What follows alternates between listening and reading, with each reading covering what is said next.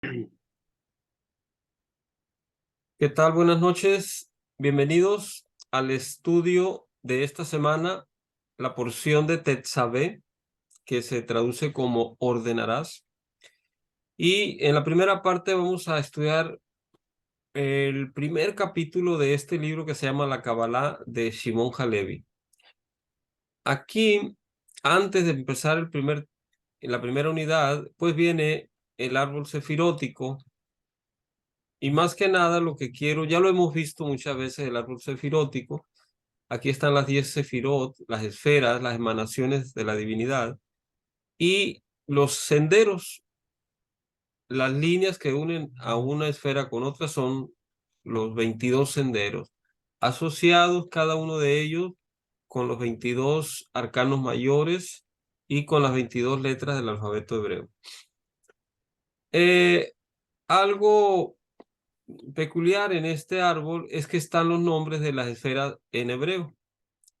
Entonces, aquí hasta arriba hay una Kaf, una Tab y una Resh, que así se escribe Keter. Pero, por ejemplo, también puede decir Qatar aquí, o Kotor, o Kutur, etcétera. Porque es una de las riquezas del alfabeto hebraico, que con unas mismas consonantes se pueden estar expresando diferentes palabras. Y todas ellas entonces van a estar vinculadas con el mismo valor, con la misma gematría. Cuando tengamos así una palabra en hebreo que no tiene las puntuaciones como aquí, no sabemos qué vocales están asignadas. Le podemos un ejercicio que se recomienda es ir calando, por ejemplo, Qatar, Keter, Kitir, a ver cuál nos suena o cuál es la que a cuál se está refiriendo en ese contexto. En este caso, pues es Keter, pero les digo, también representa a Qatar. Luego, aquí abajo, a la derecha, está una Het, una Kaf, una Mem y una Hei, y es como se escribe Jokma. Jokma. A la izquierda está una Bet, una Nun y una Hei, y es como se escribe ¿quién? Bina. Bina, correcto. Ahí está, Bina. Entonces, vamos a ir jugando un poquito a las adivinanzas. Acá a la derecha en el medio está una Het, una Samej y una Dalet. ¿Cuál es? ¿Qué palabras es? ¿O qué nombre de Séfira es esa? Geset. Gesed, correcto. Gesed. Reverendo, perdón, Sí. perdón, pero ¿por qué siempre nos brincamos dat? ¿Por qué no Ah, la tomamos, por qué no eh, la tomamos en cuenta? ¿Por qué está así el círculo? ¿Por qué está puntiagudo? ¿Por qué no está? ah, porque no deberíamos de brincárnosla, pero la costumbre así es. Se dice que está en otra dimensión, no está en la misma dimensión de las otras 10 Sefirat. O sea, hagan de cuenta que está en una profundidad, ¿sí? Ok, Incluso algunos autores la manejan como que está en un plano invisible, por eso se maneja así punteada. La ok, vamos a comentar ahora que lo comentó Armando. eh, Porque el rayo se supone que pasa de Binah a Gesed, ok, tiene que pasar por Dat, por encima de Dat. Entonces, esta que ok, está aquí arriba es la Dalet, la Ayin y la Tet, y es como se escribe Dat. A la izquierda está una Gimel, una Bet, una Bab, una Resh y una Hei. ¿Qué nombre se escribe con esa? ¿O qué céfira es esta? Geburah. Geburah, correcto. Gimel, Bet, Bab, Resh y Hei. Geburah. Luego el rayo viene hacia el centro y Tiferet. Ahora voy a cambiar el ejercicio. Ya dije que es Tiferet. ¿Alguien me puede decir las letras con las que está escrito? Si lo recuerdan. Hei. No, se parece, pero no. Acuérdense que empieza con Tiferet. Tat. Tab. Tab, ¿correcto? Gimel. No, la Gimel es la de arriba, de Geburah. ¿Cuál sigue en el nombre de Tiferet? Tife es la Fei. ¿Sí? Va Tife. ¿Y luego cuál sigue? Aleph. Aleph, correcto. Resh. Resh y Hei. otra vez la Tab. Acuérdense que Kaf. termina en Tiferet.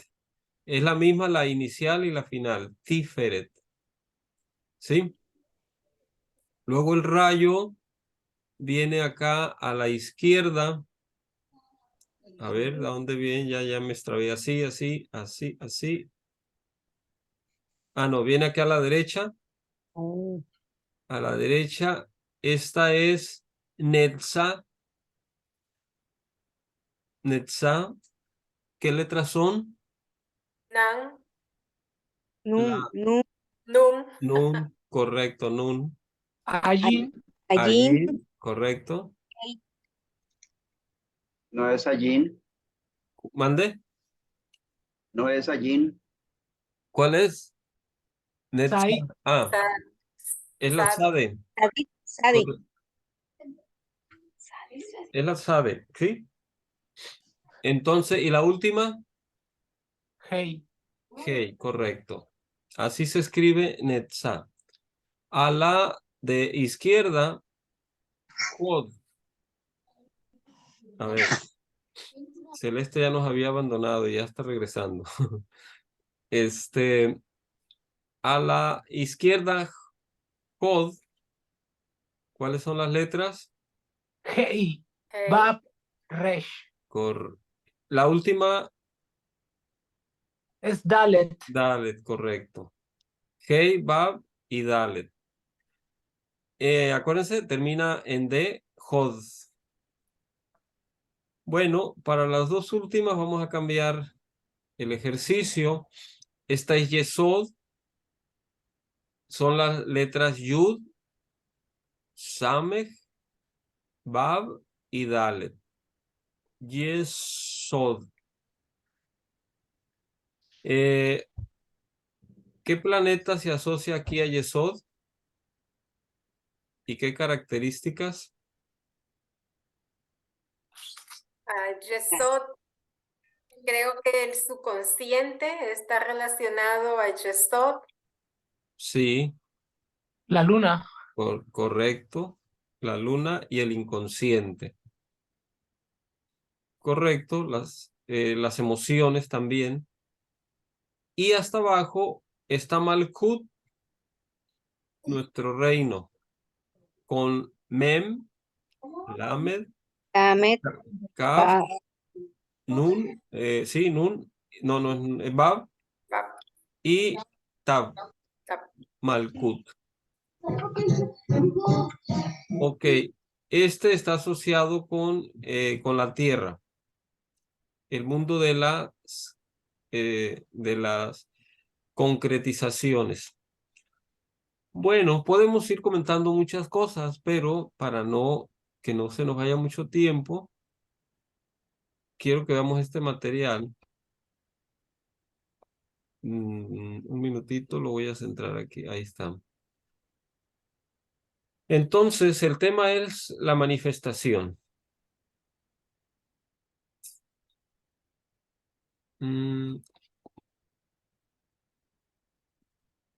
Dios es Dios. No hay nada que pueda compararse a Dios.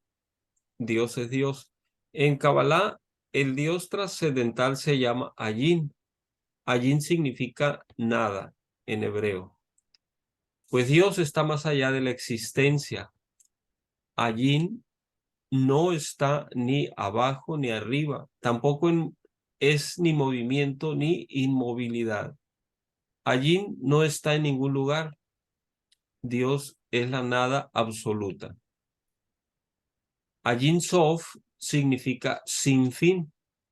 Ese es el nombre del Dios que está en todas partes. Allí Sof es el uno respecto al cero. De allí es la totalidad de lo que es y de lo que no es. Allí Sof es el Dios inminente, el todo absoluto.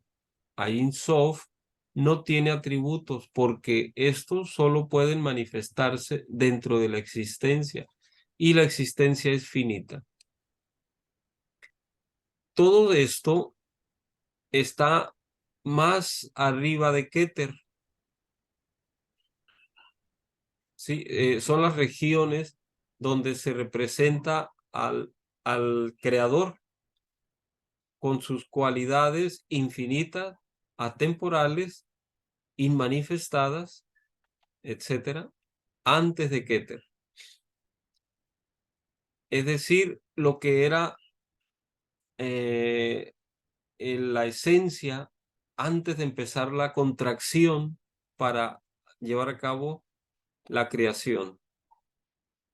La tradición oral de la Kabbalah afirma que la razón de la existencia es que Dios deseaba contemplar a Dios, es decir, contemplarse a sí mismo.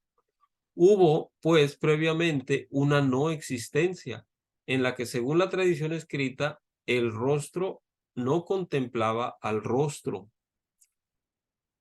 En un acto de voluntad totalmente libre, Dios extrajo de su lugar al todo absoluto, a la Yin Sof, para permitir que apareciera un vacío en que pudiese manifestarse el espejo de la existencia. Ok, a este acto se le llama Simsum o contracción. Alude al dicho rabínico, el lugar de Dios es el mundo, pero el mundo no es el lugar de Dios.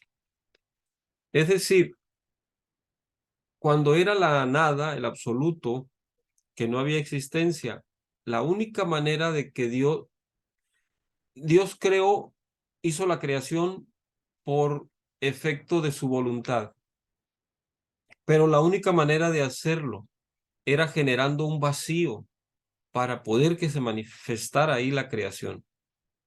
Eso es lo que nos están comentando aquí. Este acto divino se visualiza simbólicamente como sigue. Desde allí, Sof Or, la luz infinita que rodea al vacío, emanó un rayo de luz que penetró desde la periferia hasta el centro. Este Kab, o rayo de la divina voluntad, se manifestó en 10 etapas distintas de emanación. Así lo recoge otra máxima rabínica. El mundo cobró vida mediante 10. Palabras divinas. Desde la Edad Media, estas 10 etapas se conocen como las Sefirot. La palabra Sefirá en singular no tiene un equivalente simple en ningún lenguaje, aunque su raíz la emparenta con las palabras cifra, número y zafiro. Algunos han visto en la Sefirot los poderes o navíos divinos. Otros las ven como los instrumentos o herramientas del gobierno divinos. Los místicos las han descrito como las 10 caras, las 10 manos o incluso las 10 túnicas de Dios. Todos coinciden, sin embargo, en que las Sefirot expresan los atributos divinos, los cuales desde el momento primero de la emanación son eternamente mantenidos en una serie de relaciones hasta que por voluntad divina vuelven a la nada, fundiéndose de nuevo en el vacío. ¿Algún comentario hasta aquí?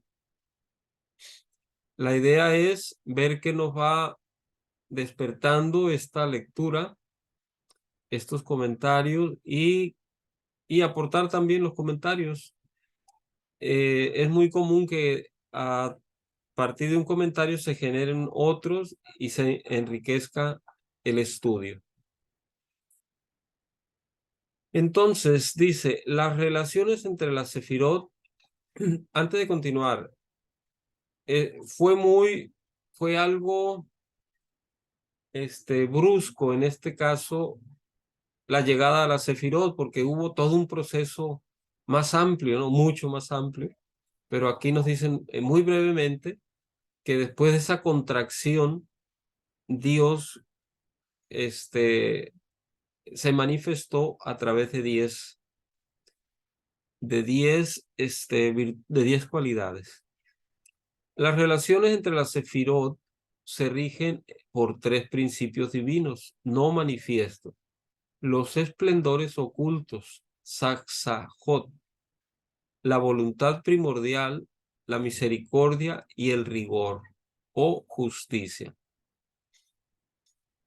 La voluntad mantiene el equilibrio, mientras que la misericordia expande y el rigor constriñe respecto al flujo de la emanación, y de esa manera organizan los 10. Miren, este asunto de la expansión y de la contracción, entonces, que nosotros lo podemos observar en cualquier proceso de desarrollo en nuestro mundo, en cualquier proceso de crecimiento, de avance. Siempre que queramos avanzar, siempre va a haber fuerzas que se oponen, siempre, pero tienen un propósito. Uno de ellos es que seamos capaces de vencer esas fuerzas de oposición, a través de nuestra voluntad y de otras cualidades, otras virtudes. Y es en todos los niveles, tanto en lo pequeño como en lo grande, en lo microcósmico como en lo macrocósmico. En todo está contracción y expansión presente. Hay etapas en las que está ganando las fuerzas de expansión. Les voy a poner el ejemplo del crecimiento de una planta. En su primera etapa, las plantas, las personas, los animales, tienen una etapa expansiva, van venciendo las fuerzas de crecimiento, de expansión.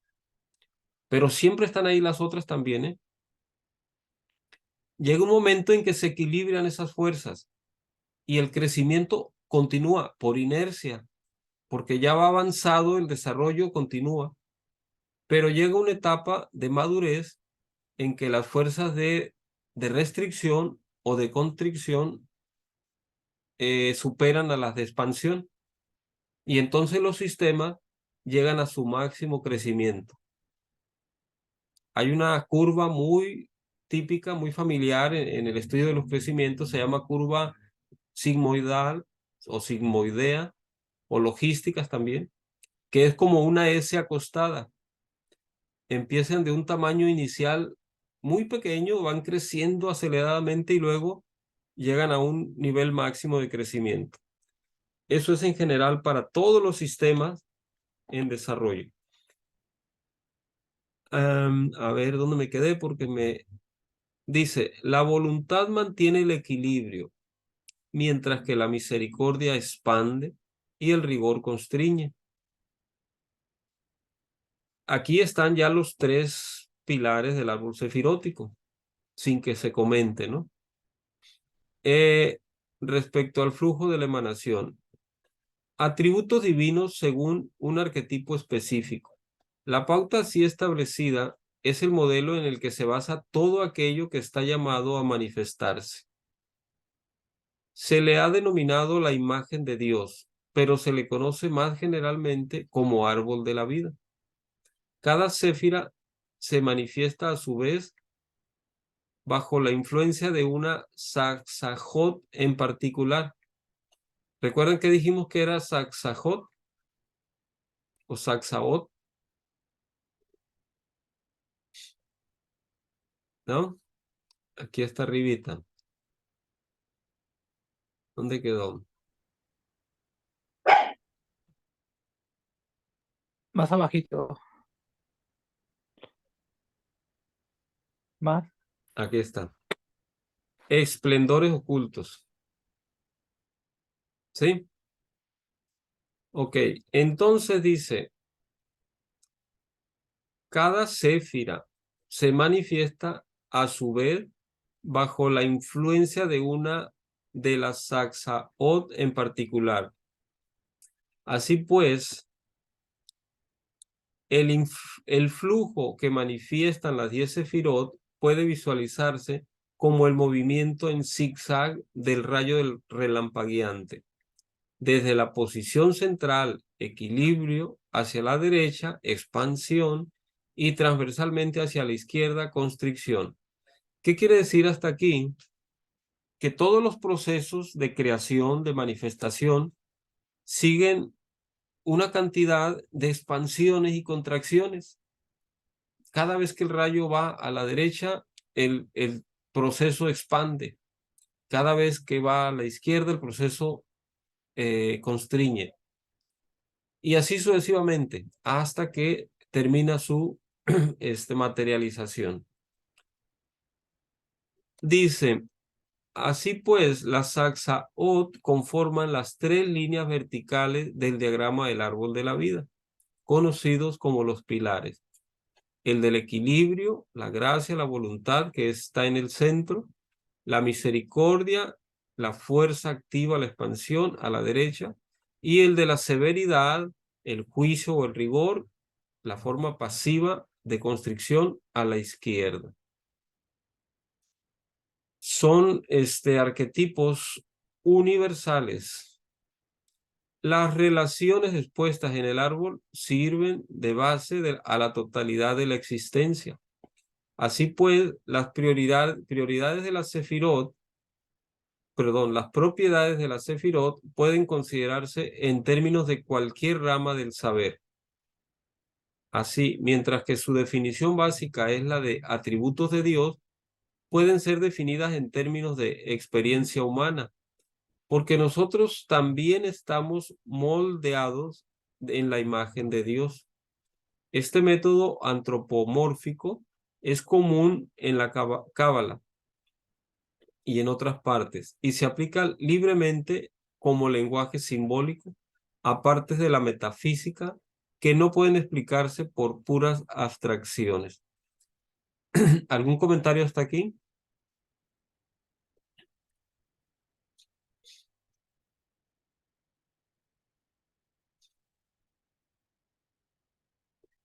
Vamos a ver aquí el esquema de la que está a la izquierda.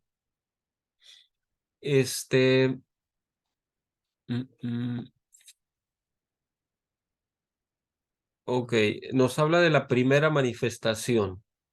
Aquí arriba está el Ain Sof y el Ain Sof Or, que comentábamos, que representa la nada absoluta o el todo, lo atemporal, la inexistencia, la esencia, la luz infinita, etc. Todo esto está acá arriba.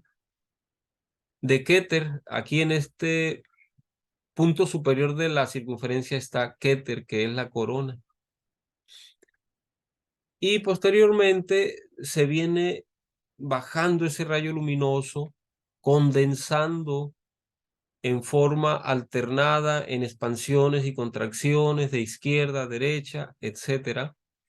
Y viene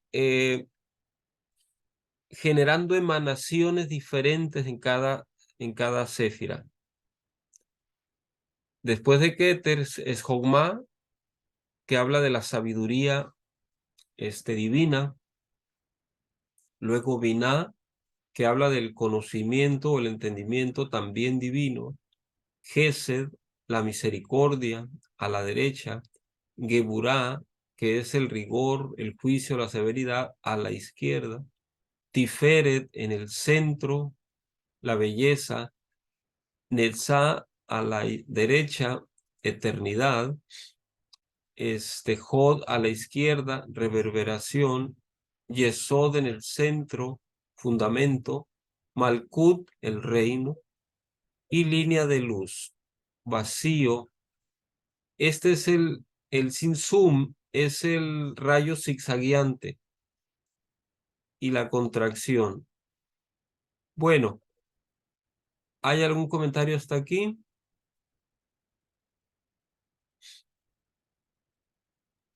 El esquema me recuerda al Gran Arcano, Ujú, ok.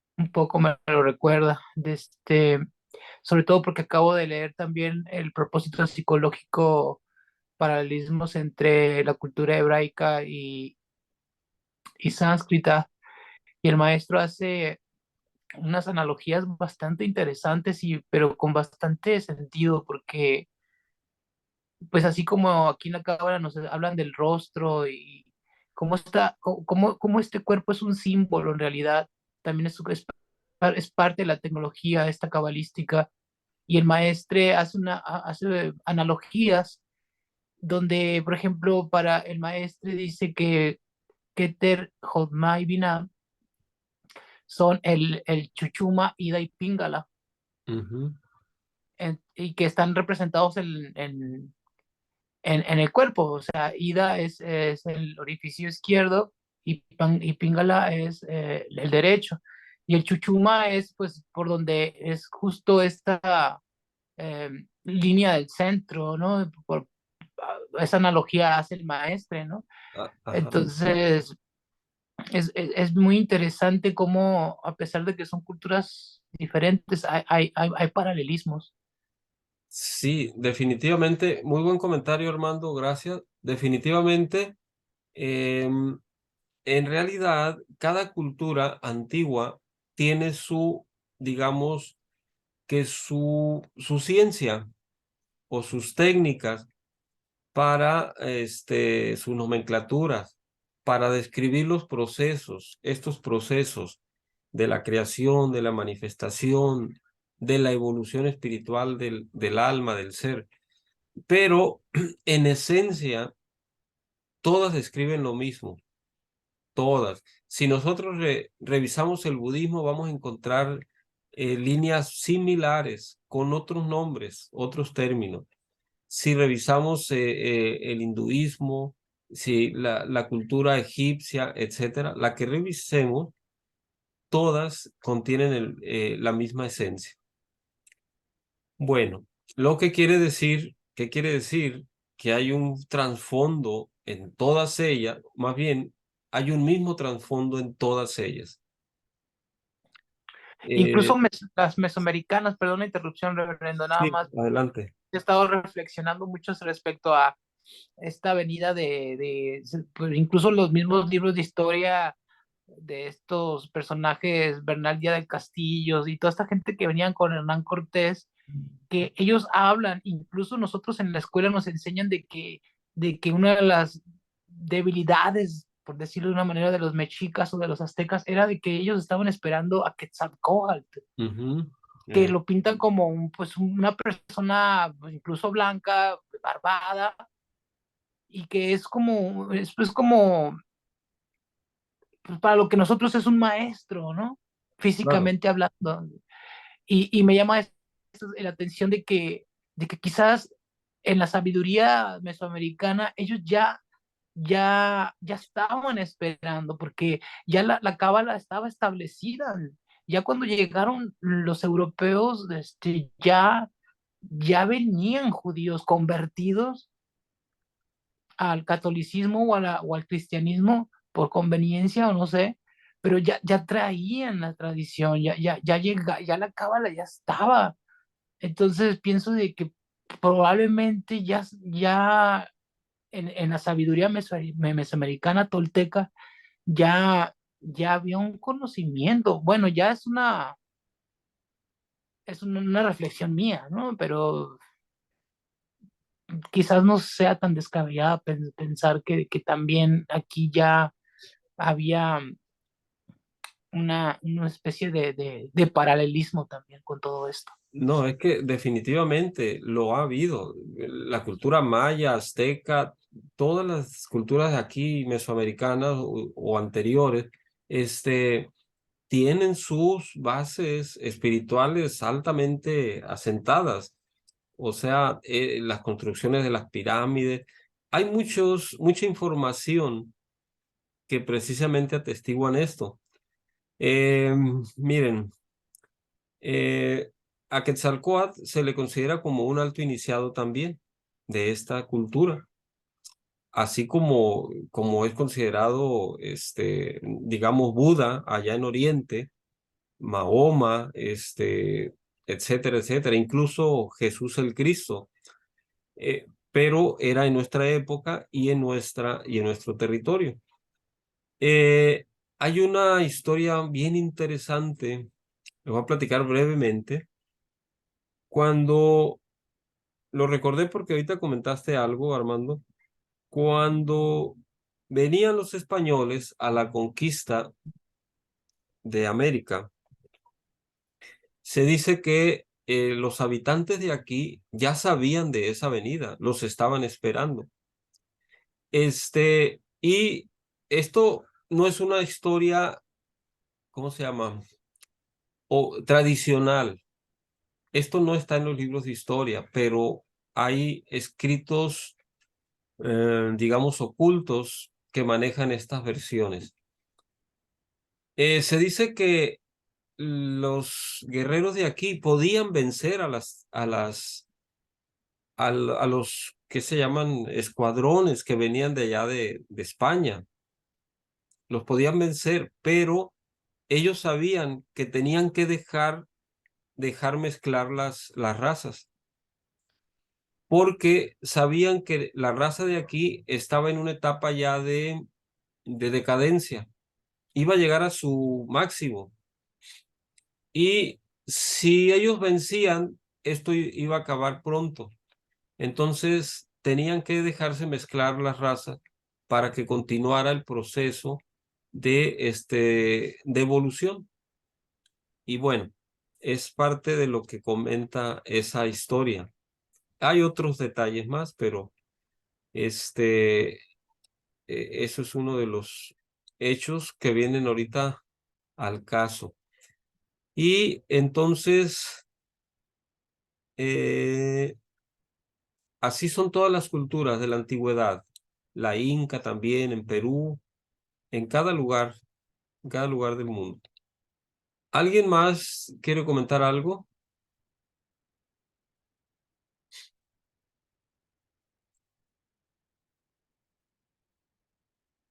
Miren, hasta aquí vamos a dejar esta lectura para que nos alcance tiempo para ver el estudio de la Parashá lo mejor que podamos, porque está un poquito amplia y está muy interesante.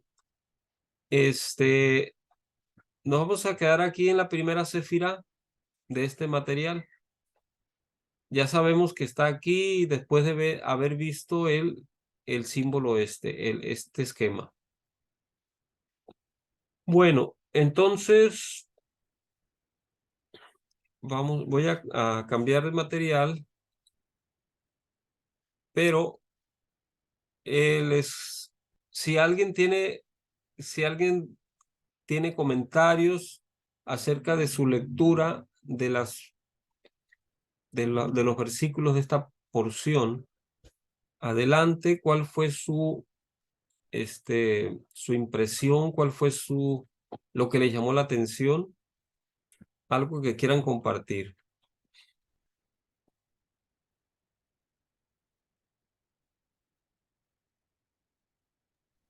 Pedro, pues yo no entiendo lo de los sacrificios y la sangre y todo eso. ¿A qué se refieren? Y que Ok. sacrificarás el ternero. Ok. ¿Alguien quiere compartir ¿alguien le quiere contestar a Ida? Sí, Compartir. Sí. a mí me gustaría aportar un poco acerca de esto, de que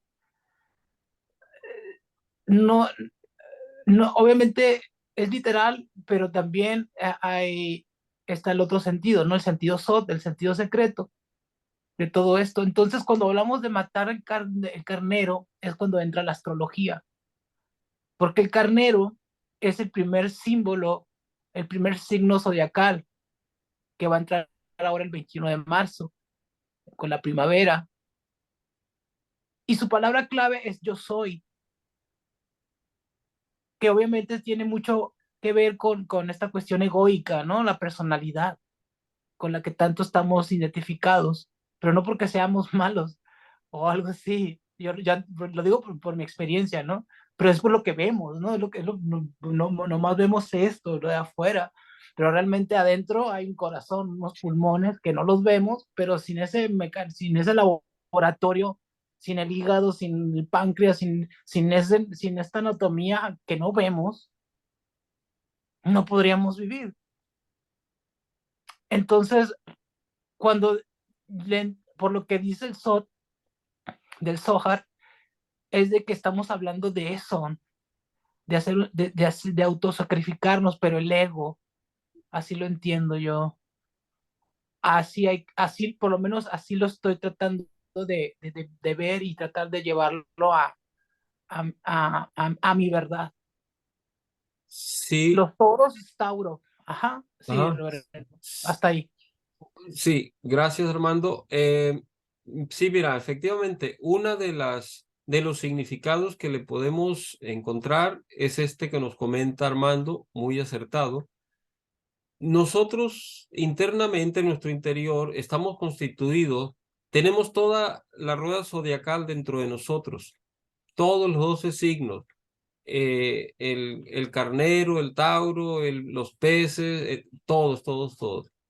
Y eso conlleva a que tenemos las pasiones todavía animales, los impulsos animales en muchos de los casos, latentes internamente, y entonces, precisamente cuando nos pide sacrificar y matar, uno de los significados es eso, que seamos capaces de, de domar, de controlar o de matar esas pasiones, esos instintos, ¿sí?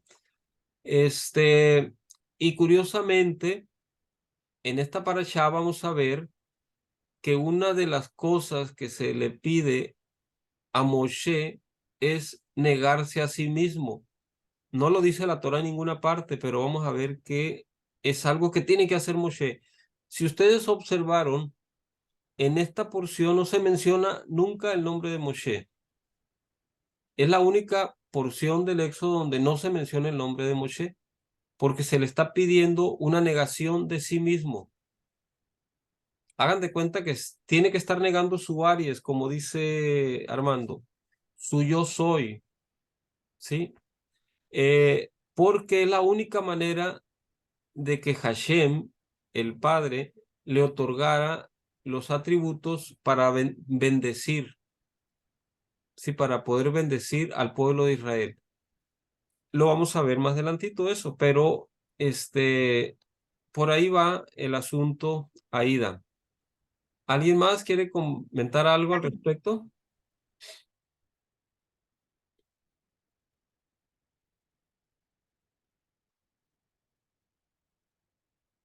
Ok. O otra pregunta, otro comentario que tengan. Si me permites, Pedro, Adelante. eh, desde hace rato que la Torá se dedica nada más a describir el tabernáculo, eh, los implementos que tiene el tabernáculo, con mucho detalle, todas las partes y últimamente los sacrificios y todo eso. Entonces le hice un comentario al maestro Carlos y le dije, pues hay una frase muy conocida que todos la hemos manejado siempre, el hecho de que el cuerpo es el templo del espíritu. ¿Ah?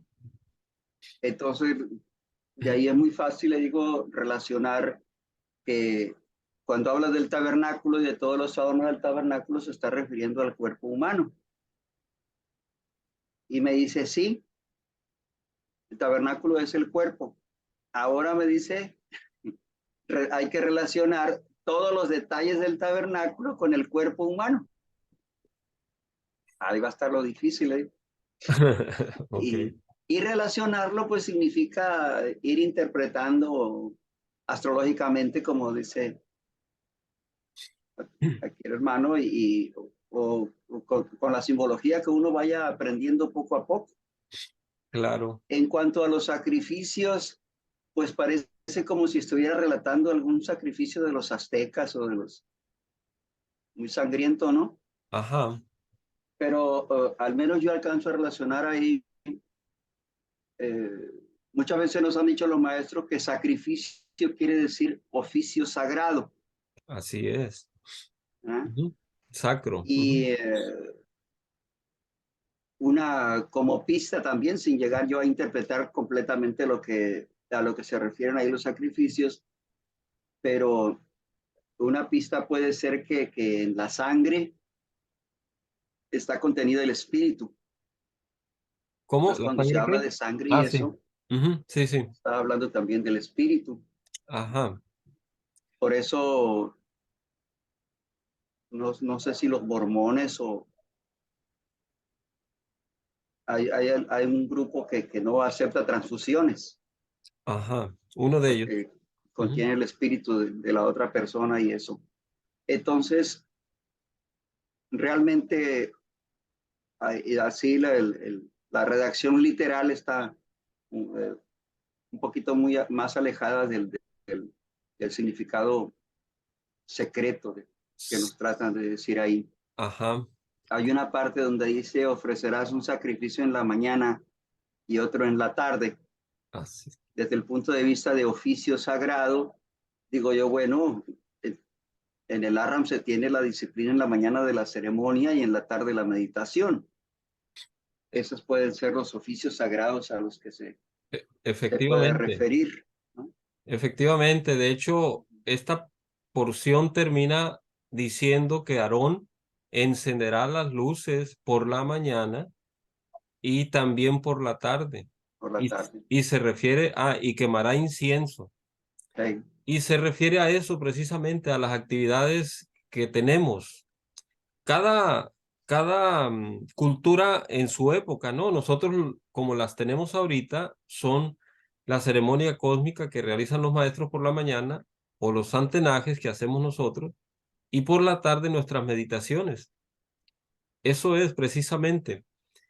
Y sí, muy acertado, el altar, el tabernáculo, una de sus representaciones es nuestro cuerpo físico. Hay otras, ¿no? Pero esa no es una de sus representaciones. ¿Qué quiere decir?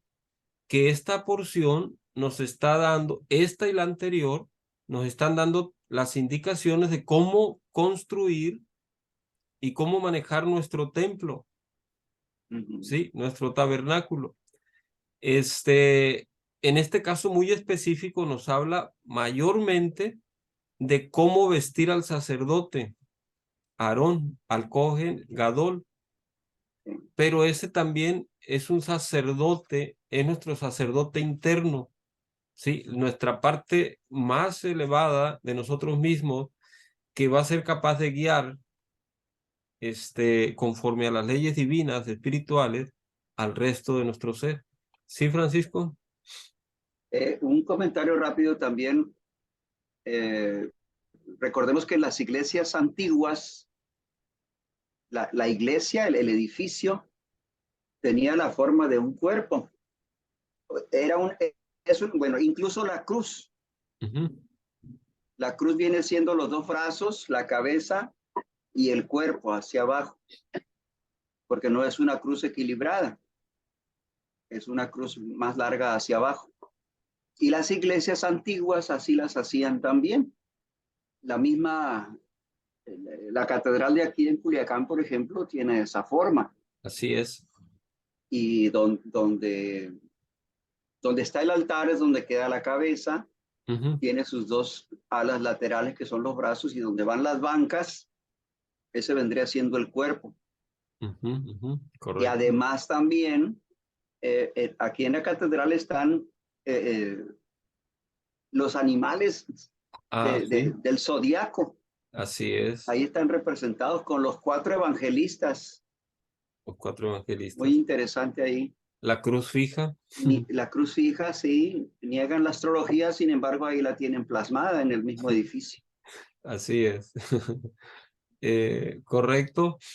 Y respecto al comentario de que es muy interesante eso que plantea el maestro, es que no recuerdo si lo comentamos en la clase anterior o no, o me quedé yo con ello, lo voy a recordar brevemente, precisamente en la forma en que está construido el tabernáculo. Ya ven que tiene una entrada, tiene un atrio donde está, donde se llevan a cabo los sacrificios. Luego está con una cortina donde se entra a un lugar, al lugar santo, donde está la menorá, ¿sí? Y luego hay otra cortina donde se entra al lugar, al Santa Santorum, al lugar más santo donde no puede entrar más que Aarón y Moshe.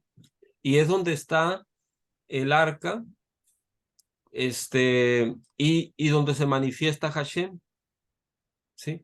Entonces, cada uno de esos lugares tiene precisamente tiene correspondencias con nuestro cuerpo, nuestros cuerpos más bien. Nosotros también hay partes en las que tenemos que hacer los sacrificios. No son en todos nuestros niveles, son en algunas de las etapas, en algunos de los cuerpos.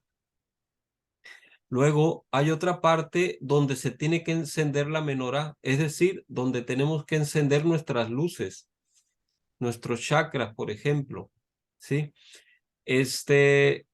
Y les comentaba también, después la última entrada que representa la parte pues más santa de todas, es la parte de nuestro ser ya, pues ya iluminado, ya perfecto, el cual debe ser capaz de guiar al resto y que además es el único que tiene contacto con lo superior. Hay una analogía así bien interesante, así como se la estoy platicando, aparte de que me parece que esto sí lo comenté, el tabernáculo está rodeado por las 12 tribus de Israel y nosotros también tenemos nuestra propia rueda zodiacal, ¿sí? Personal, cada quien. Entonces hay mucha analogía si le vamos buscando. Ok, una última aportación en lo que hago la otra presentación. A mí me gustaría comentar, reverendo, de que se habla del aceite de oliva y todo esto, y cómo lo fui asimilando, porque siempre trato de llevarlo a mi semana y a la vida que estoy llevando. Entonces, somos como esas aceitunas que para antes nacer y todo eso necesitamos tenemos una necesidad de recibir, de que nos cuiden, de que nos siembren, de la luz solar para poder llegar a ser una aceituna. Pero una sola aceituna no puede hacer aceite.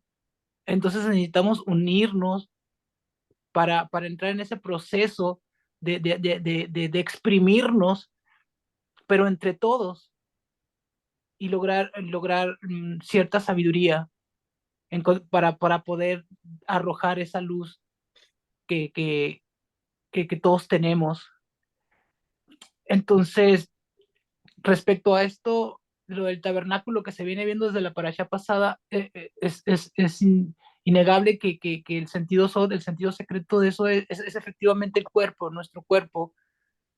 Y físicamente los 12 signos están aquí, porque la cabeza es Aries, el cuello es Tauro, los brazos es Géminis, el estómago es Cáncer, el corazón es Leo, los intestinos es Virgo, los riñones es Libra, el aparato reproductor, las gónadas es Escorpio, los muslos es Sagitario, las rodillas es Capricornio, las pantorrillas Acuario y los pies Piscis. Ujú. Entonces, hay un simbolismo ahí bastante interesante.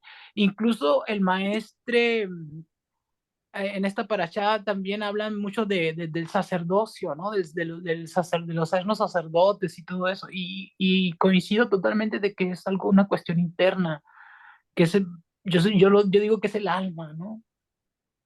Que porque la única religión que existe para mí es la interna, de religar, de religión viene de religare en latín, Así es. de volvernos a ligar. Entonces, ya para terminar el comentario, el maestre en el arte de la nueva era, de las páginas 239 a las 242, dice algo muy interesante respecto a esto. Dice que los yogis son sacerdotes sin altar, o más bien ellos sustentan el templo de Ujú. Dios directamente, porque dice que los artistas son igualmente sacerdotes que operan la unión mística. Su misa es diferente, así como la liturgia cambia de una secta a otra. Siguen el ritual musical de la pintura o de la poesía, guiados por su inspiración. Bueno, pero sí necesitamos ese ámate a ti mismo como a tu prójimo, algo así dice, ¿no? O amaos los unos a los. Ajá. Necesitamos a nuestros semejantes para poder avanzar. Definitivamente. Gracias, Armando. Miren, voy a presentar el material. Vienen muchas de las cosas que comentamos aquí. Las vamos a ir desarrollando y vienen algunas otras. ¿Dónde están? Aquí están. Permítame un minutito. Un minutito, un minutito.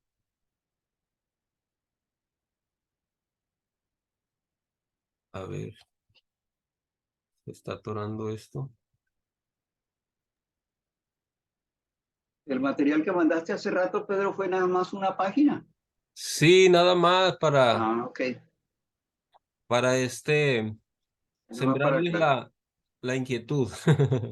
Ok, gracias. De hecho, es el que voy a presentar ahorita. Nada más que ahí va, ahí va.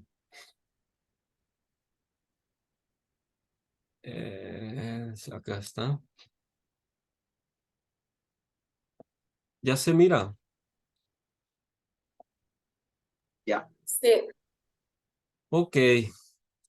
Bueno, miren, esta foto me parece muy interesante, muy sugestiva en relación a todo lo que trata la porción, porque tiene la mayoría de los elementos tratados en la parashá. Los vamos a ir comentando al respecto. Entonces, es Tetzabé y ordenarás.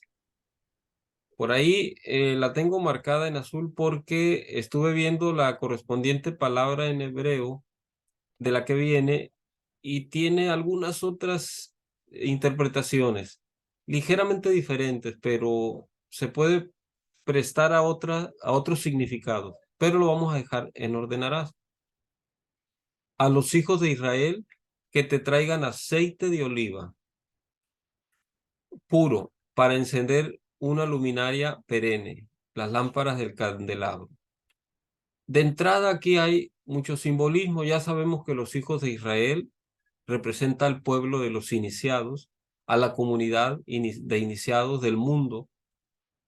Y el aceite de oliva representa, eh, así como comentaba Armando, el aceite de oliva necesita ser prensado perdón, la oliva necesita ser prensada para que dé su aceite a través del cual se mantiene encendido la luminaria o el candelabro. De la misma manera, nosotros los seres humanos o los iniciados es bajo la presión de las situaciones adversas cómo sacamos nuestra mejor versión, nuestra mayor esencia. Y es de lo que se trata aquí, a través de la cual vamos a poder tener encendidas esas luces del candelabro que en este caso vienen a ser los chakras a lo largo de nuestra columna vertebral. Tetzaveh es una parashá muy técnica, ya que se concentra en la vestimenta del Cohen Gadol. Aquí va una G. Cohen Gadol.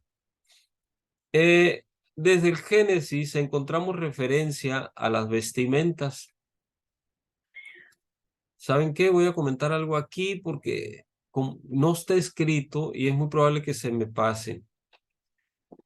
Me llamó la atención, estuve revisando algunas palabras hebreas cuya traducción es la que estamos viendo aquí o que viene en la Biblia, la Torá. Y una de ellas me llama la atención. Las piedras de onis, el onis. El onis viene de la palabra hebrea, ahorita les digo, sholem. Sholem, que tiene la misma letra que Moshe y tiene las mismas letras que Hashem. Por lo tanto, comparten la misma gematría. Tienen una gematría que se reduce a 12. Y curiosamente, en el onis, en las piedras de onis, iban a estar registrados los 12 nombres de las tribus de Israel, 6 en cada hombro del sacerdote. ¿Recuerdan esa parte? Entonces, es muy interesante lo que hay detrás de lo literal. Si uno tiene oportunidades de escarbar un poco, encuentra agua. Bueno, entonces, luego también la forma en cómo están distribuidas las 12 piedras en el pectoral del sacerdote. Cada fila representando 3 tipos de piedras en particular. Eso sí lo vamos a comentar abajo. Desde el Génesis encontramos referencia a las vestimentas, con Adán y Eva, Abraham y Rebeca y Jacob. En la Torá, la ropa tiene un significado relacionado con la luz. Fíjense bien, la ropa. Nuestra alma llega desnuda a este mundo. Y por eso un bebé no nace hablando, pues el habla es una de las vestimentas que va jalando niveles de alma adicionales. El lenguaje, entonces, nos reviste de cualidades espirituales. Es una luz llamada Or Makif, que se traduce como luz circundante, que afecta al entorno y se percibe a través de lo que irradiamos. Miren, entonces hasta aquí, cuando se habla de vestimentas en la Torá, se está hablando de los ropajes que le vamos poniendo a nuestra alma, la cual llega desnuda. Esos ropajes son el habla, son el entendimiento, son las virtudes, las cualidades, etcétera, etcétera, a través de las cuales vamos adquiriendo mayores niveles de alma, así se llama, mayores o almas adicionales. Esta porción se lee siempre en la semana de Purim. Purim son unas celebraciones que se llevan a cabo próximamente. Miren, si me permiten para decirles bien la fecha, porque a mí me gustaría que vayamos al menos teniendo bien presente las celebraciones que se van haciendo en el pueblo judío, porque definitivamente son muy importantes para nuestro proceso. Entonces, Purim es una fiesta que se lleva a cabo el 14 de Adar, que es el mes en el que estamos, y corresponde al 6 y 7 de marzo. O sea, en 2 días empieza. Empieza la tarde del 6 y termina la tarde del 7. Es una festividad. En Purim nos disfrazamos para decretar el estado de ánimo, para crear alegría, que es la vasija que atrae la fuerza que necesitamos para cambiar la negatividad que nos rodea y la propia. Es decir, en esa festividad de Purim, hagan de cuenta que decretamos, expresamos, manifestamos la alegría necesaria para combatir la negatividad. pero tiene un efecto para el resto del año. Dicen los sabios que si nuestra ropa está sucia, perturbamos los niveles espirituales. Por eso nuestra presentación no es cuestión de vanidad, sino de abrir canales del mundo superior para que fluya en este mundo. Todos, cada uno de nosotros, de preferencia debemos andar impecables, limpios, aseados, y en todos los ropajes, no nada más en la ropa física. Pero me puedo ir al caso, no extremo, no es la palabra, pero de un maestro que siempre debe andar impecable en su ropaje blanco.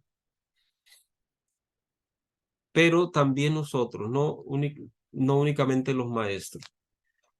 Este Shabbat se llama Sahor, el Shabbat del recuerdo, o también llamado Shabbat del descanso. Porque en la semana antes de Purim es una misvá aniquilar a Amalek de nuestra vida. Esto, pues, es recomendable ir buscando la manera de ir aniquilando el Amalek de nuestra vida. ¿Alguien me puede recordar qué representa Amalek y cómo lo pudiéramos aniquilar? Para que no vaya quedando nada más en comentario o en teoría. Ay, no me acuerdo, ¿tiene que ver con el deseo de recibir para sí mismo nada más? ¿O es el ego? No recuerdo, Melec, exactamente qué sea. Ok, vamos a ver si alguien más recuerda y si no, ahorita les comento algo.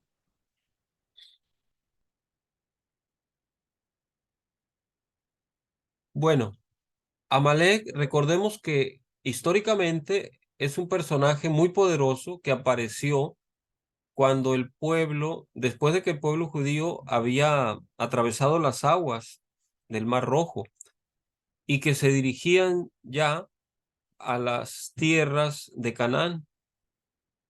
Entonces Amalek aparece como un adversario muy poderoso que trató de evitar que el pueblo de Israel llegara a Canaán. Y hubo un encuentro en el que Moshe fue clave principal. Recuerden, cuando levantaba las manos, el pueblo de Israel ganaba, triunfaba, y cuando las bajaba, el pueblo de Israel perdía, empezaba a perder. Bueno, hay todo un simbolismo en eso. El caso es que Amalek representa todas las dudas que nos pueden abordar, todas, desde la más pequeña hasta la más grande, que nos pueden abordar para nuestro desarrollo, para nuestro crecimiento. Y puede ser tan sencillo como que una voz interna nos diga que, que no tiene caso que sigamos adelante, etcétera. Como dice una frase judía, Hash Shalom, Dios no lo quiera. El caso es que representa todas las dudas y por lo tanto debemos vencerlas, todas las oscuridades. Y entonces cada quien en estas festividades vienen algunas recomendaciones de cómo hacerlo, pero como todo, como todo proceso de superación, el primer paso es aceptar que están esas fuerzas de oposición ahí, esas resistencias, esas dudas en nuestro interior. Y segundo, armonizarse y buscar la manera de superarlas, de vencerlas. Aquí vienen algunas indicaciones. Dice, en la Haftará leemos el momento en el que Hashem le dice al rey Saúl, a través del profeta Samuel, que debe de aniquilar todo rastro de Amalek. Una de las cosas que aprendemos en esta parashá es que nuestra alma también tiene ropa. Y una de estas vestimentas son los pensamientos. En hebreo, Beshabaj, que significa pensamiento, tiene las mismas letras que Beshimá. la felicidad. Por lo tanto, se entiende que la felicidad depende de la calidad de nuestros pensamientos. Y somos nosotros los que podemos y debemos escoger lo que pensamos. Esa es una pista ya para vencer a Amalek. Se dice que Amalek es un guerrero interno, ya no es tanto externo, sino interno. Entonces, en la medida en que nosotros seleccionamos nuestros pensamientos, la frecuencia de nuestros pensamientos, va a ser como vamos a ir erradicando ese Amalek.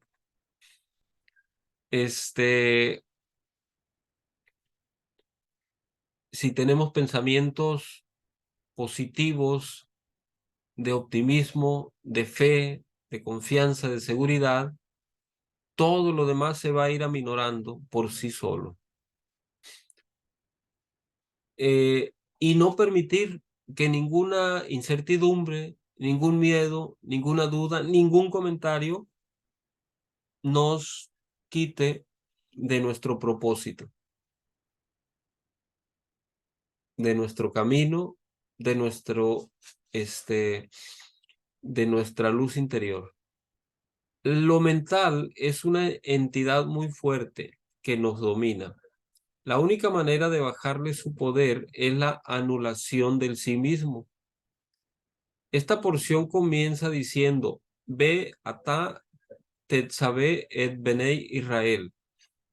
Esta es la fonética de lo que se traduce como, y tú ordenarás a los hijos de Israel. Así comienza la porción. La Vav, que está al inicio, significa que Hashem le está dando a Moshe el poder de bendecir, de ser el canal para que eso que está arriba entre al mundo. Recordemos que la Vav está ubicada en Seirampín. ¿Lo recuerdan? Si ubicamos el nombre sagrado en el árbol, la Vav está ubicada en Seirampín. Pero resulta que en esta porción no aparece el nombre de Moshe. Es la única porción del Éxodo donde su nombre no aparece. ¿Qué quiere decir esto? Que la anulación del sí mismo es lo que nos permite ser canales de bendición. El ego, lo que nos da identidad, es también lo que destruye nuestros intentos por ser felices.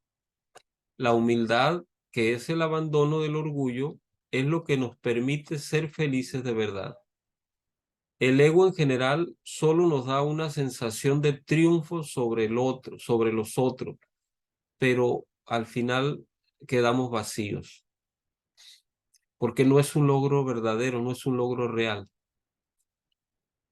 Entonces, esa parte de que el nombre de Moshe no aparece en esta porción y que indica que debe ser negado a sí mismo, es un mensaje para nosotros.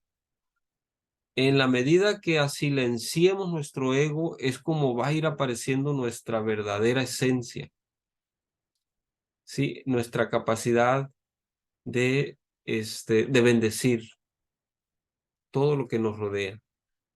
Dice el Zohar, si alguien tiene comentarios me dice, dice el Zohar que B es la Bab del nombre divino que representa a Seirampín. Luego la siguiente palabra es Ataj, que se traduce como azotea. Es el código que abre la puerta que está en la sefirá de nuestra coronilla llamada Keter. Piense bien, esa Bab, entonces esa Ataj abre el canal que viene desde Keter para que baje a través de Seirampín hasta nuestro mundo. Por tal razón, Atá sin la Hei final, que se escribe solo con Aleph y Tau, o Tab, representa las 22 letras del alfabeto hebreo. es la inclusión de todo lo que existe en el mundo de la creación. Atah con H termina con una Hei para indicarnos la adhesión a la Séfira de Malkut. Recordemos que la última Hei del nombre divino está asociada con Malkut y que nuestro propósito, lo vimos la porción anterior o algunas anteriores, nuestro propósito es elevar esa Hei inferior, volverla a unir, a ligar con el resto del nombre de Dios, con el resto del nombre divino.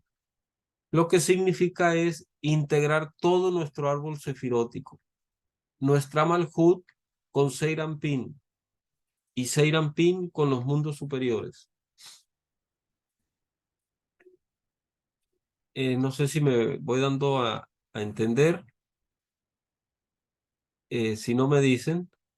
Ve Atag, entonces, a ver, ajá, significa toda la abundancia que fluye a través de la letra Bab, que es el canal que provee sustento a nuestro mundo, a Malkut. A ver, ¿hay algún comentario hasta aquí? Nada más para saber que no estoy hablando solo. ¿Todo bien? Entonces, sigue. Aquí hay códigos que son, que no son muy fáciles de entender. Cuando Dios pide el sacrificio de animales y con la sangre rociar el oído derecho de Aarón, antes de que se me pase, también porque se me puede pasar,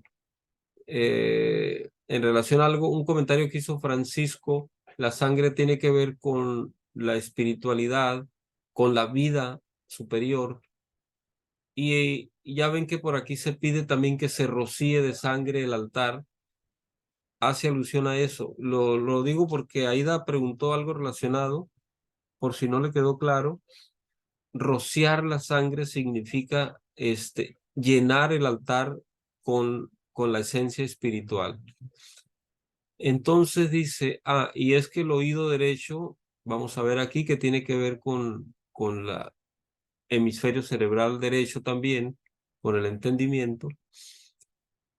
Dice, el pulgar de la mano derecha y el empeine del pie derecho. Por el Midrash y el Alajá aprendemos que la sangre representa responsabilidad, el oído representa el mental, pues sabemos que la audición tiene que ver con el entendimiento. Por la manera en cómo filtramos nuestros pensamientos, que nos da responsabilidad en nuestra percepción de la vida. El pulgar derecho se refiere a la fuerza de nuestras acciones. Y en este caso, la sangre busca purificar las acciones subconscientes que afectan a los otros sin que nos demos cuenta que somos responsables de lo que sucede en nuestro entorno. Y el pie, que simboliza el rumbo, el camino que decidimos tomar. La parnashá o sustento viene de Hashem, pero nosotros tenemos que accionar aquí abajo, hacer nuestra parte, trabajar para que ésta pueda llegarnos. Si no abrimos los canales, ella no tiene medio de acceder a este mundo. Por eso es todo lo que hacemos, por eso es que todo lo que hacemos afecta a los niveles espirituales. Esta parte de nuevo está vinculada con lo que leíamos arriba, abrir los canales. La orden que se da Beatag es abrir la Bab de Seirampin para que fluya esa energía superior desde Keter hasta Malkut, que es la Hei, la última Hei de Atag. Bueno, Tetzabeh significa ordenar o mandarás. Esta porción se trata de todo lo que tiene que ver con la consagración de Aarón como Cohen Gadol. que aparentemente no tiene relevancia para nosotros. Pero cuando la Torá nos dice, ve a Tetzabé, nos está otorgando una energía de liderazgo y reordenamiento de nuestro sistema emocional. Aarón no solo representa al Cohen Gadol, que es el representante espiritual del pueblo Israel, también representa la pureza, la ética, la bondad y la moral. La Torá nos cuenta que la unción de Aarón, como el primer sumo sacerdote de la historia, produjo en él una mutación genética que dio origen a una línea de descendencia específica llamada Coanim. Se trata de varones que siempre son primogénitos y que no necesariamente son judíos. Aquí se refiere a ser nativos en el pueblo de Israel. La Torá nos dice Ed Benei Israel. Ed incluye nuevamente las 22 letras del alfabeto hebreo. ¿Por qué? No sé si recuerdan. Esta E es la Aleph, está simbolizada por la Aleph, que es la que inicia el alfabeto, y la Ed, la T, representa la Tab. Entonces, está hablando del inicio al final de todas las cosas, particularmente del alfabeto hebreo.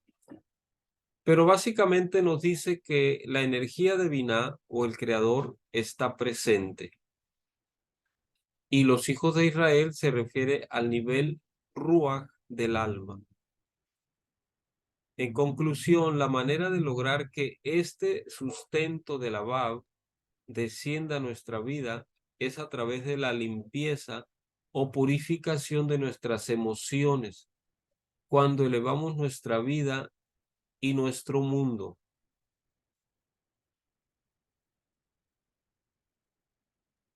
Tetzabé se considera la continuación de Terumá. Por eso empieza con una Bab. La Bab en español es una conjunción, es la Y. Está ligando lo anterior con lo presente. La construcción del tabernáculo se trata de la elevación de la Hei, de la última Hei del nombre divino. La verdadera utilidad de esta descripción de la ropa y de los detalles del sumo sacerdote es un código para nuestra alma, que recibe en esta porción la posibilidad de desarrollar los atributos, permítanme, del Cohen. Esta porción se llama Tetzabé, mandará, porque cada uno debe convertirse en el sumo sacerdote de su propia vida, para ser quien oficie o quien mande en su templo interno. Debemos ser capaces de hacer que nuestro ser, nuestra parte más elevada, sea quien gobierne, no ya nuestro cuerpo, no nuestras emociones, ni siquiera nuestra mente racional, sino el ser, nuestro ser individual, en conexión con el ser universal. Ese es el trabajo de que nos habla convertirnos en el sumo sacerdote y de vestirlo adecuadamente.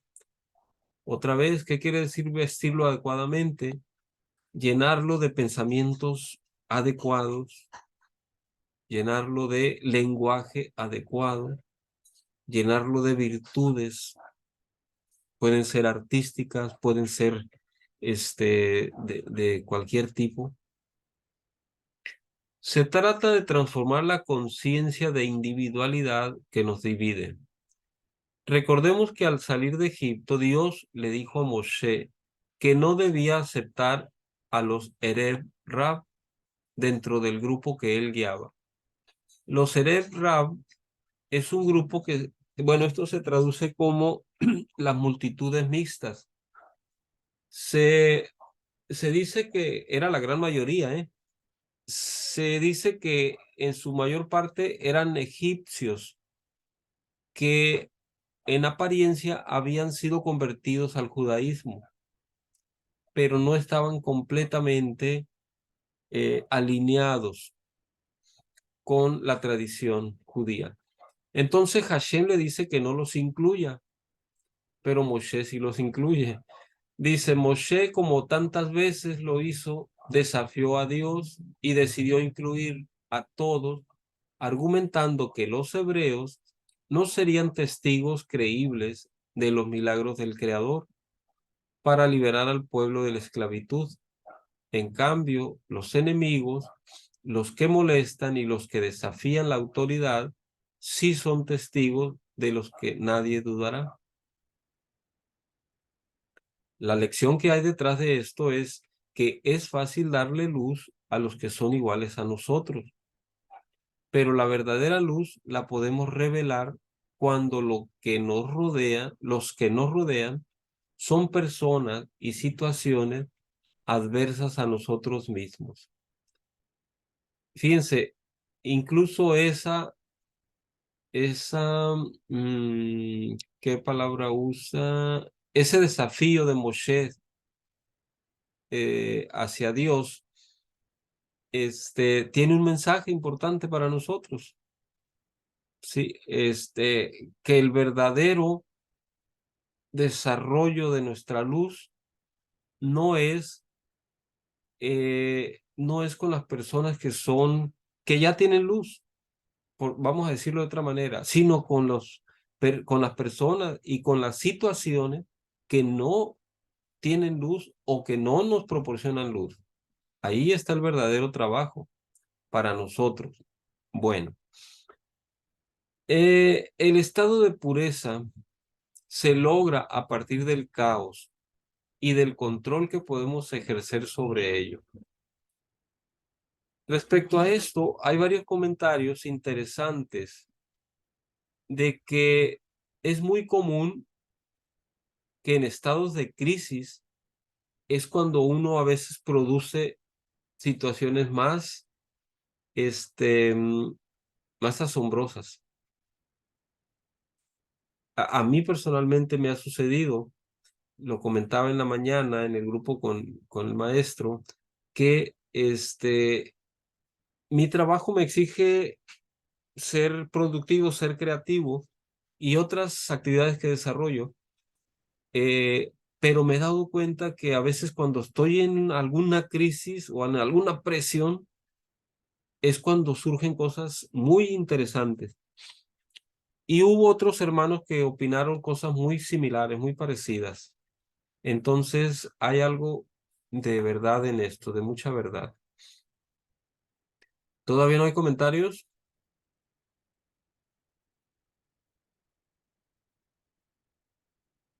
Entonces sigo, porque nos quedan como unos 10 minutos. Creo que sí alcanzamos a terminar.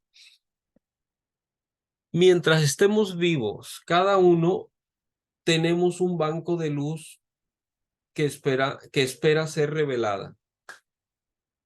Nuestra vida es un terreno de cultivo en donde tenemos que extraer la hierba mala antes de sembrar las semillas frutales. Cuando en ese cuerpo, cuando en este cuerpo ya no podemos revelar más luz, cuando ya no tenemos nada que sembrar ni cultivar, es cuando lo dejamos. El aceite de oliva es el combustible que mantiene viva la llama del fuego sagrado de la menorá, el candelabro de las 7 luces, representada por Serampín y Malkut. La oliva es un fruto que proviene de Serampín, porque la aceituna saca lo mejor de sí cuando es exprimida, es lo que les comentaba. También nosotros podemos encontrar nuestra mejor parte cuando estamos en una situación de conflicto. Cuando somos confrontados y enfrentamos un problema, nos obligamos a reconocer nuestros defectos y a perfeccionarlos para llegar a una solución.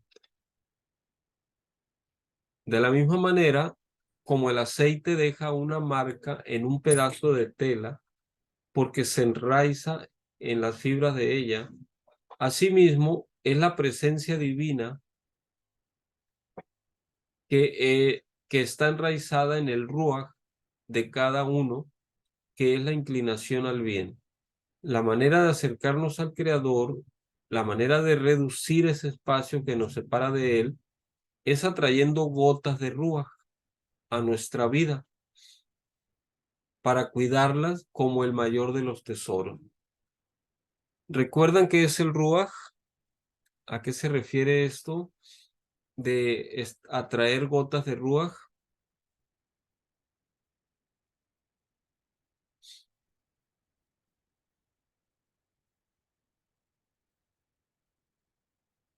El, No recuerdo. ok, el ruaj es uno de los niveles del alma. De hecho, es el nivel más básico, asociado con el mundo más básico también del árbol sefirótico.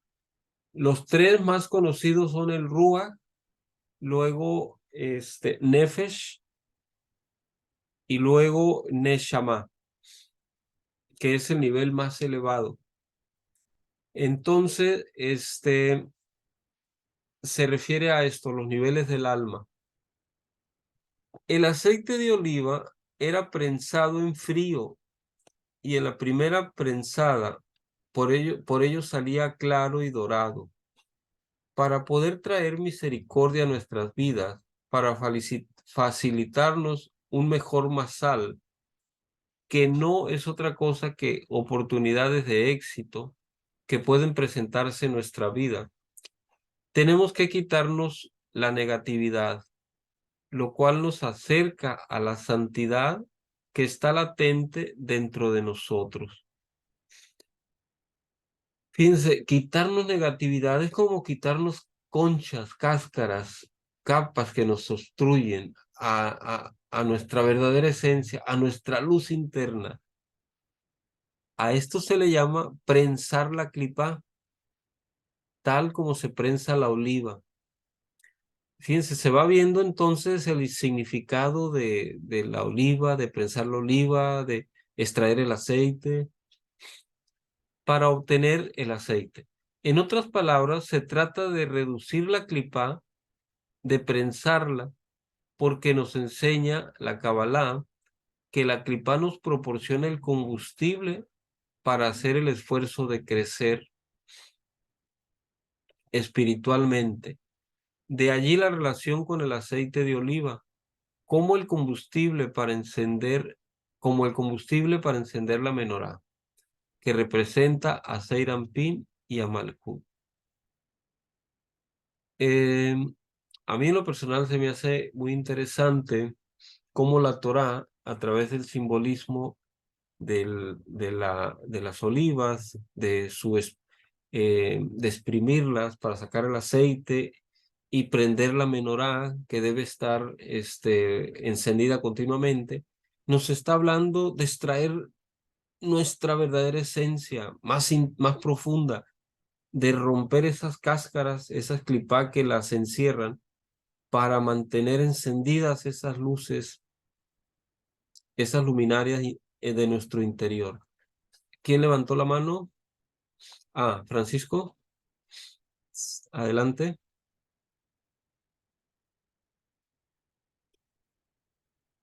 ¿No te escuchamos, Francisco? Perdón. Sí. Decía que me vino a la mente con esto de prensar la clipa o que de los problemas agarra uno fuerzas para seguir creciendo. No recuerdo si es un comentario del maestro Estrada o el doctor de la Ferrier, que decía que cuando alguien nace con todas las comodidades, millones de dinero, todo fácil en la vida, en algunos casos, en muchos de esos casos, era porque el karma estaba castigando al alma para que no avanzara. Ah, No ok. tiene ningún problema en la vida, todo lo resuelve. tiene dinero para resolverlo, tiene una posición social que no tiene ningún problema. Entonces, lo relaciona aquí, digo yo, no tiene de dónde agarrar combustible para crecer. Así es. No tiene clipas que romper. Ándale, aparentemente, ¿no? Aparente. En ese Yo momento, decía pues. que porque es tanto el karma de esa persona que la manera de castigarlo era simplemente que no avanzara en una vida o en varias vidas. Ujú. Ok. Se estancaba completamente. Muy interesante. Y ¿saben también con qué lo vinculo? Con lo que vimos al inicio, de las contracciones y de las expansiones. Esa alma, ahorita puede estar en expansión material, por decirlo de una manera, pero posteriormente tendrá contracciones, restricciones. ¿Para qué? Para que su alma encuentre verdaderos medios de crecer, de evolucionar. Sí. Sí, muy interesante, Francisco. Gracias. Maestro Ahí va. o Francisco. ¿Y qué pasa con las personas que nacen como en mucha pobreza y después crecen y crean fortunas? ¿Para quién es la pregunta? Parece que dijiste Francisco. Para quien Sí, sea de los dos. adelante, Francisco. Por favor. Pues en ese caso la persona sí ve, sí está consciente de todas las clipas que tiene y si él logra prensar, si él logra sacar alguna experiencia de todos esos problemas que tiene la pobreza, etcétera, etcétera, entonces Ujú. va a poder crecer. Y a esas personas que se levantan de todo eso, que superan todos los impedimentos de la vida, pobreza, incluso Enfermedades también. enfermedades, problemas físicos, Ujú. Ujú. este, quiere decir que sí aprovecharon, pudieron sacar el combustible y crecer.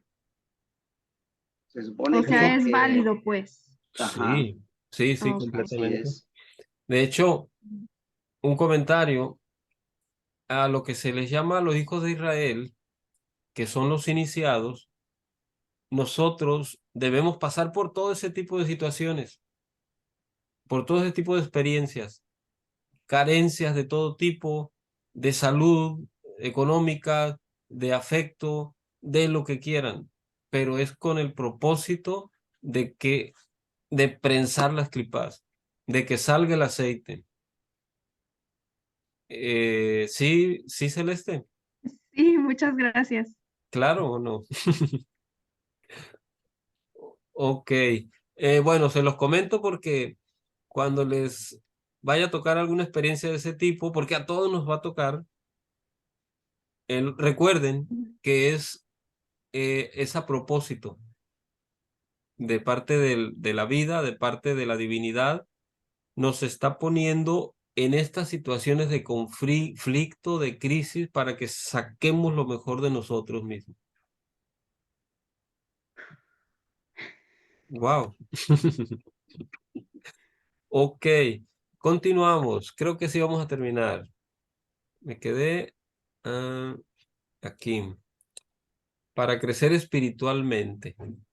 Dice el Zohar Tetzaveh, prescinde del hombre en cuya nariz solo hay aliento. Ser un Kohanim de nuestra vida requiere la purificación del cuerpo o de los cuerpos. El Zohar dedica este capítulo a explicarnos cómo perdemos fácilmente el trabajo espiritual que hacemos.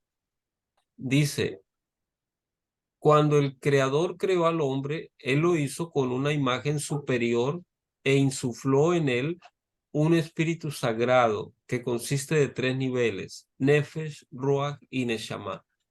Neshama se encuentra por encima de todas ellas, ya que es una fuerza elevada. Son los 3 niveles del alma que comentábamos. Es una fuerza elevada para conocer y para guardar los mandamientos del Creador.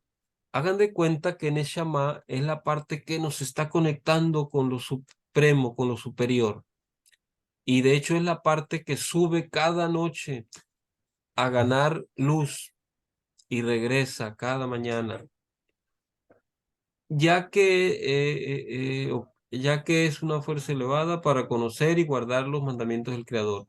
Y si él coloca a la sagrada Neshama en otro servicio, esto será lo que la impurifique y ella abandona el servicio de su amo. Esto tiene que ver con lo que comentaba Francisco. Una persona que nace con todas las comodidades, incluso su Neshama, no está enfocada en lo que tiene que estar enfocada. De hecho, esas personas, lamentablemente, tienen muy pocos bríos espirituales. En su mayor parte se dedican a las cuestiones materiales, mundanas, a los placeres, a los vicios, etc. Porque su Neshama no está haciendo el trabajo que tiene que hacer. Cuando atraemos Ruach, es el siguiente nivel del alma, estamos también atrayendo el resto de los niveles superiores, porque ellos no están separados, funcionan por bloque. Dios insufló en Adán el nivel de Neshama que incluye a los otros dos niveles internos. Por eso, alma en hebreos se escribe o se dice Neshama, porque los comprende a todos. Pero el único nivel que tenemos acceso directo es el al Ruach, que es el llamado aliento. Por otra parte, la nariz es Seirampim, y de la frase prescinde del hombre en cuya nariz solo hay aliento, el Zohar nos dice que prescindir se refiere a la idolatría. Miren, aquí hay algo importante. Fíjense, prescinde del hombre en cuya nariz solo hay aliento. Se refiere a aquellas personas, otra vez con los ejemplos anteriores, que solo tienen aspiraciones materiales. Su Neshama no está enfocado en lo superior.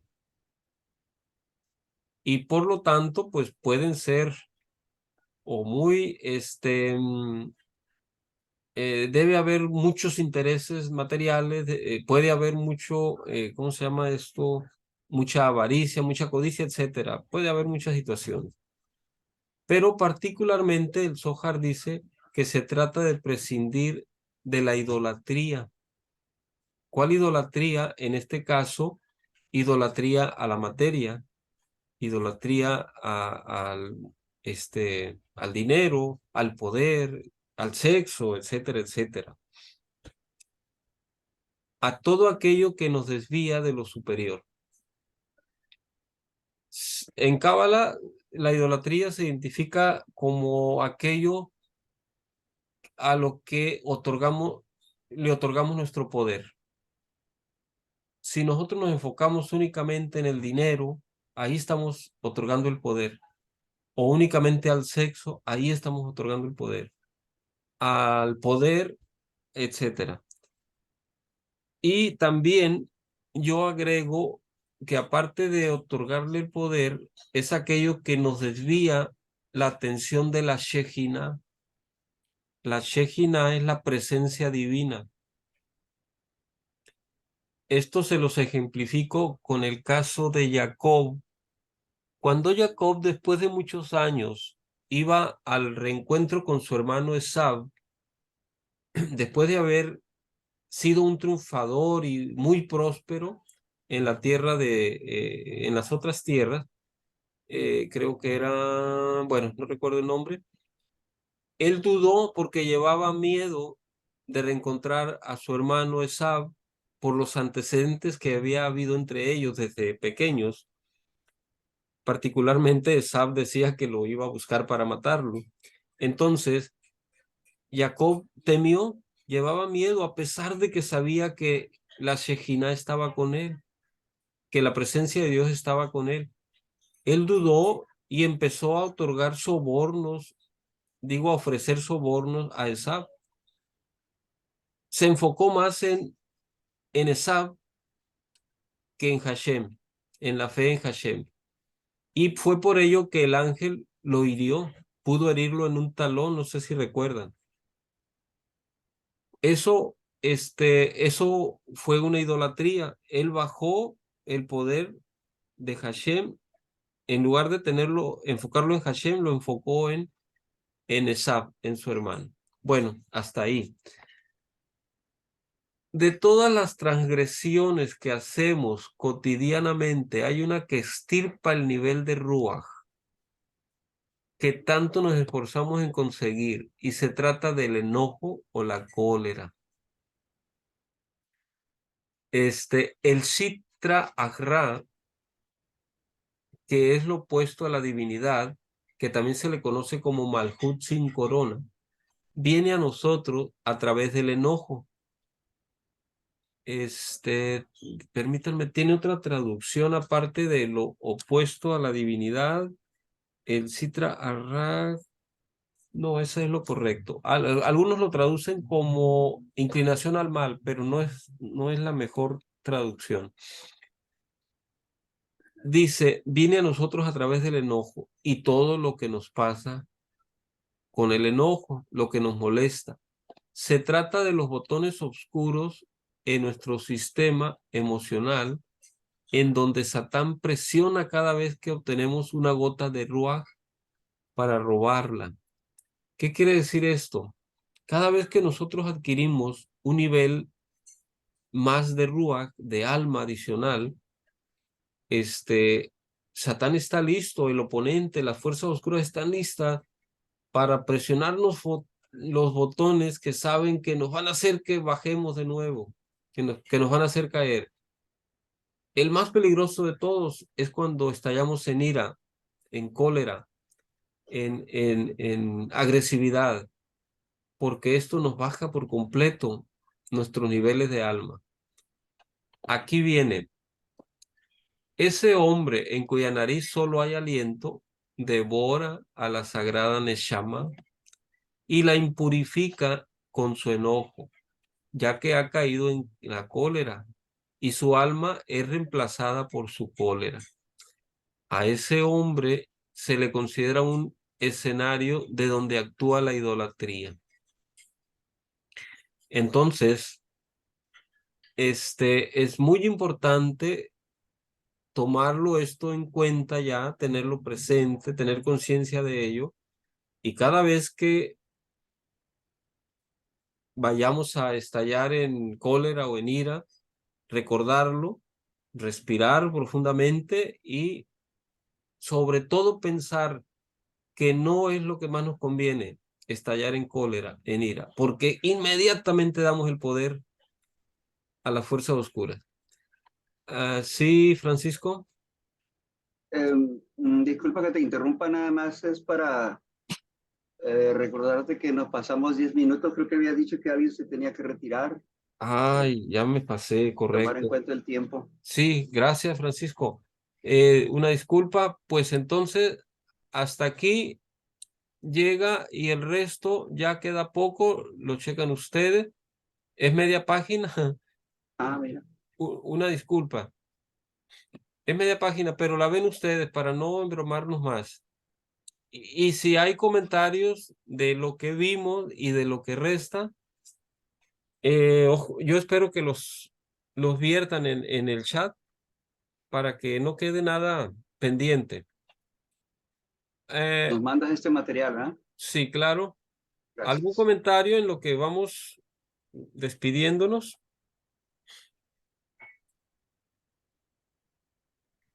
Pues nomás gracias, estuvo muy interesante y ya Muy interesante. entiendo un poquito mejor. Muchas gracias. Ok, qué bien. Celeste, ¿todo bien? Gracias.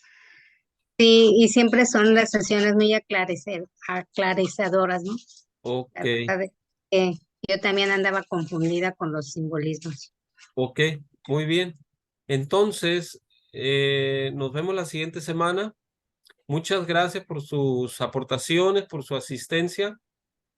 Todo muy enriquecedor. Nos vemos la siguiente semana. Que tengan muy buen fin y que descansen. Buenas noches. Buenas noches. Gracias, buenas Gracias. noches. Gracias a todos. Bye, que estén muy bien.